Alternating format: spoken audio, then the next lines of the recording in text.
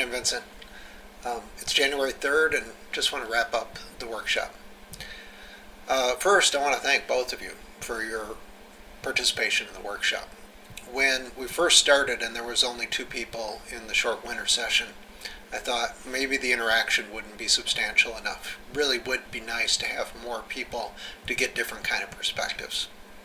But as it turned out, because your participation was substantial and interesting and mostly on the same track but with a little bit of differences in perspective, made the workshop interesting for me. So I felt like even though there was only 3 of us together in the workshop, we still were able to have some good interaction. So I really do appreciate that.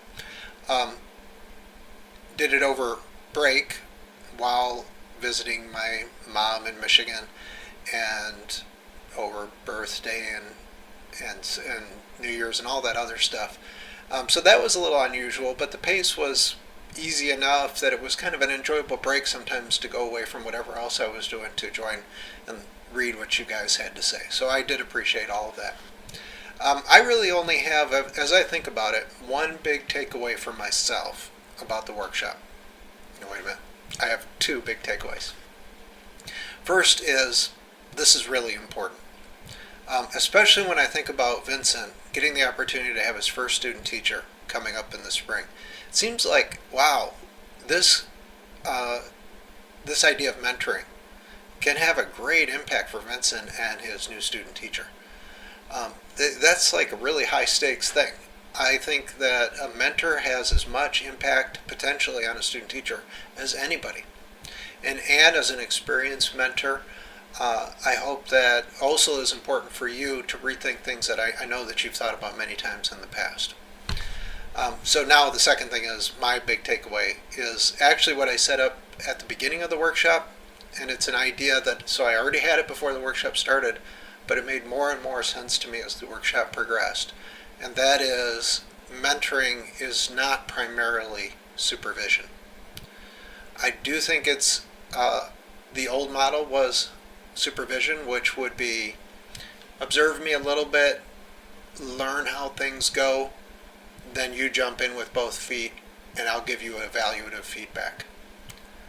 It's not really that. It's more teaching. So that's why I'm in favor of co-teaching, because it's a more active teaching role and the responsibility can be much more gradual. It's not sink or swim. It's little bits of responsibility as appropriate.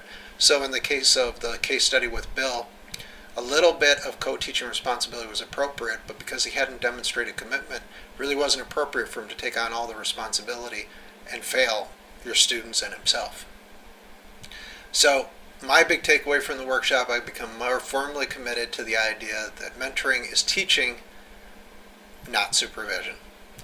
And